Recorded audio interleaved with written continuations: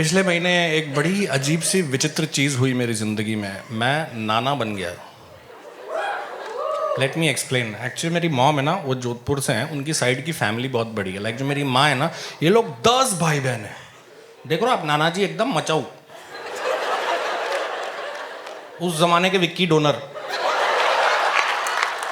ये 10 बच्चे बड़े हुए, उन्होंने बच्चे कर लिए, वो बड़े हुए, उनके बच्चे हो गए, वो बड़े हो गए, उनके बच्चे अब बड़े हो रहे हैं। 2 व्हाट्सएप ग्रुप में आती है हमारी फैमिली।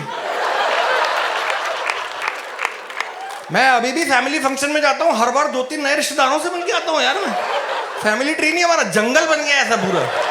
मेरे नाना नानी जोधपुर के एडम और ईव थे, पूरा पॉपुलेट किया। अब प्रॉब्लम यह है कि मेरी माँ सबसे छोटी है, तो जो मेरे सबसे बड़े वाले मामा है ना, उनमें मेरी माँ में ही जनरेशन गैप है। उनका जो बेटा वो मेरा कजिन लगता है। मेरा कजिन मेरी माँ से बड़ा है यार। वो आदमी अपनी सगी बुआ से बड़ा है। वो पैर छूता है, मम्मी आशीर्वाद देती। मैंने क्या करके चले गए नाना जी यार, ये पूरा मल्टीवर्स बना के चले गए यार हमारी फैमिली का। मार्वल की मूवीज देखी तुमने? उसके एंड में वो अगली मूवी का एक क्लिप दिखा रहे थे ना। हमारे घर एक बच्चा बड़ा होता था, नानी अगला ट्रेलर लेके रेडी होती थी वहां पे। नाना जी वो रिवर्स थानोस। मैं तुम लोगों को एक फन फैक्ट बताता हूं। मैं जब पैदा हुआ था ना, मैं ऑलरेडी मामा और चाचा था। अपनी भतीजी की गोद में खेला हूं भाई मैं पैदा हुआ था, हॉस्पिटल में मुझे देखने के लिए मेरा भांजा आया था। वो अंदर घुसा, लोग बोले बधाई हो मामा हुए।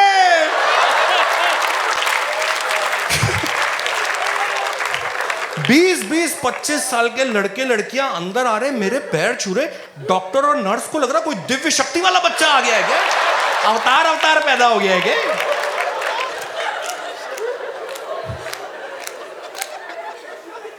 ऐसे पुराने जमाने में लोग ज्यादा बच्चे इसलिए भी करते थे, अगर लड़कों की चाहत होती थी, अगर लड़कियां और ही होती थी तो बच्चे करते रहते थे। हमारी फैमिली में ऐसा नहीं था। पहले दोनों बच्चे लड़के थे हमारे नाना जी के। इनफैक्ट लास्ट की 2 लड़कियां थी। लड़कों के लिए नहीं कर रहे थे यार, शौक था नाना जी का, पैशन था उनका, पैशन।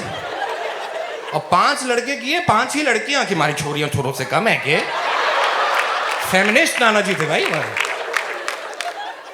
आई एम श्योर उनके माता पिता ने उनको काफी प्रेशराइज करते होंगे शुरू में, क्योंकि इंडिया में होता है ना सर, स्पेशली पुराने जमाने में शादी करती है माँ बाप पीछे पड़े होते कि बेटे गुड न्यूज कब दे रहे हो, गुड न्यूज कब दे रहे हो। नाना जी ने देनी शुरू की, रुके ही नहीं वो। 2, 3, 4 बच्चों तक भी गुड न्यूज लगी होगी। 8, 9, 10 पे तो ब्रेकिंग न्यूज लगती होगी उनको। बेटे खुशखबरी मांगी थी, सनसनी काहे दे रहे हो।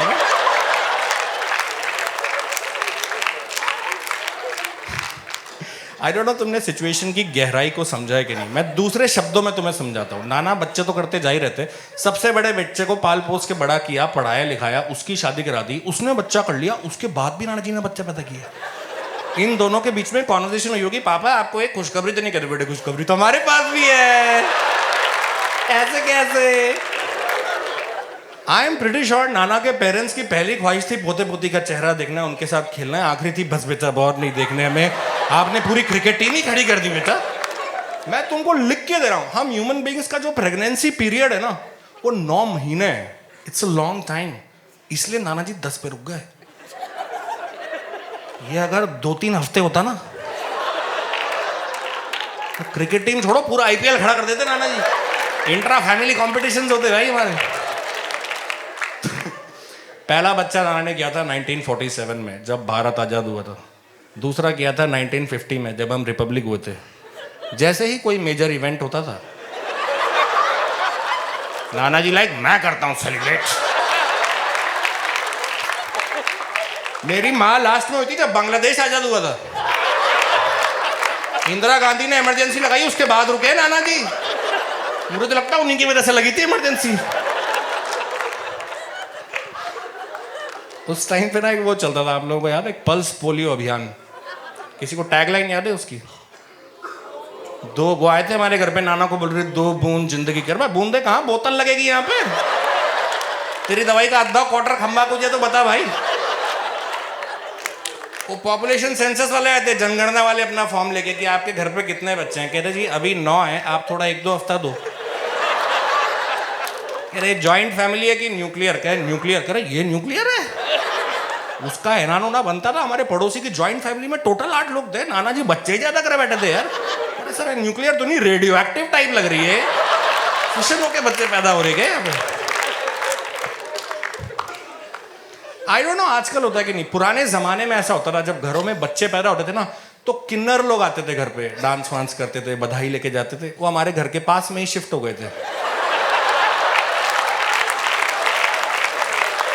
इतना अप डाउन कौन करेगा भाई, थोड़े कम्यूट के ही पैसे बचा लें। 6-7 बच्चों के बाद तो नारा ने कॉम्बो ऑफर मांग लिया था, यार कुछ पैकेज डील दो, महंगा पड़ रहा है हमें। वो जो बच्चे बड़े हुए तो उन्होंने भी बच्चे करना शुरू कर दिया था। हर महीने 2 महीने में एक बच्चा हो जाता था यार हमारे घर पे, फिक्स अमाउंट जाता था हमारे घर से उनके घर तक। उस जमाने की SIP चलती थी हमारी। मेरी माँ लास्ट में हुई थी भाई, फ्री में नाच के गए थे वो लोग। You guys have given us so much, this one is on the house. My mom was the Sukhapuri.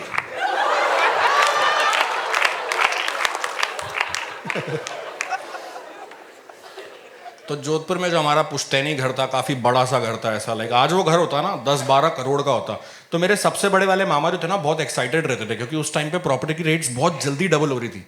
पर नाना एक और बच्चा करके by 2, by 3, by 4, by 5, मामा का नेटवर्थ बढ़ने ही नहीं दिया यार उन्होंने। तुमको बॉडमास पता है? BODMAS, bracket, order, division, multiplication. मेरे मामा बहुत जल्दी सीख गए थे कि DM से पहले क्यों आता है, क्योंकि मामा का नेटवर्थ जैसे ही मल्टीप्लाई होता, नाना जी अपना ब्रैकेट ओपन कर देते।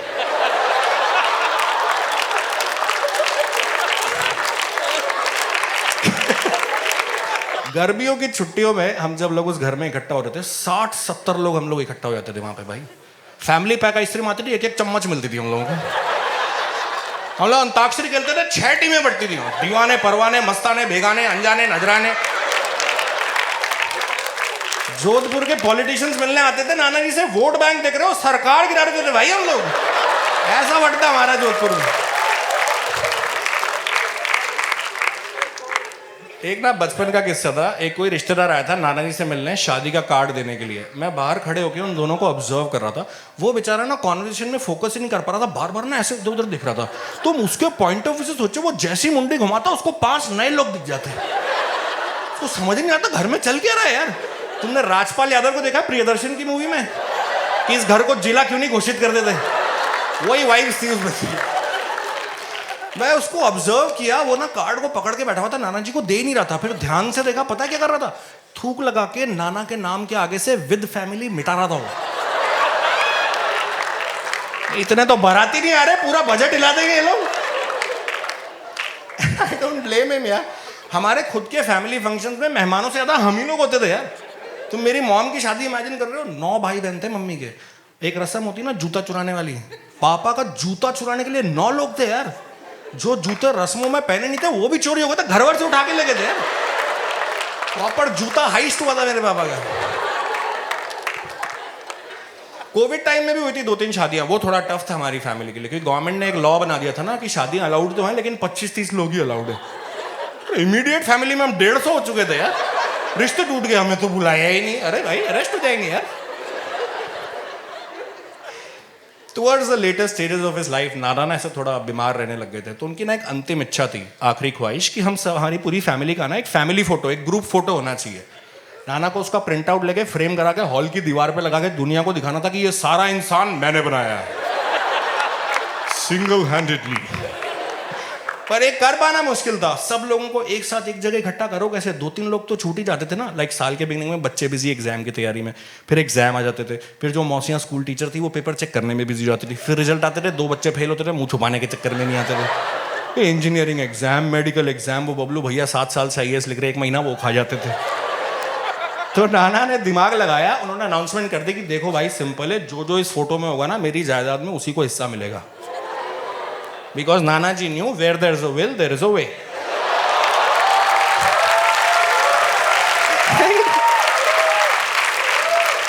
सारे आ गए भाई।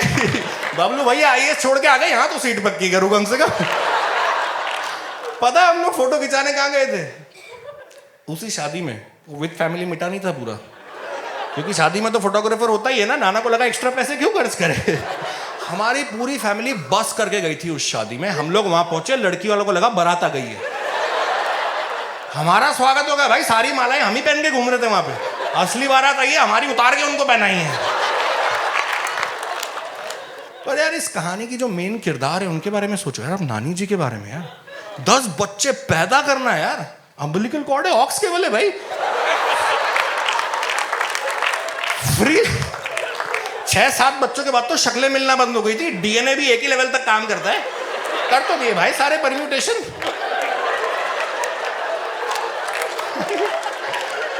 आज के जमाने में इमेजिन कर रहे हो तुम 10 बच्चे पैदा करना, कौन देगा इतनी मैटरनिटी लीव?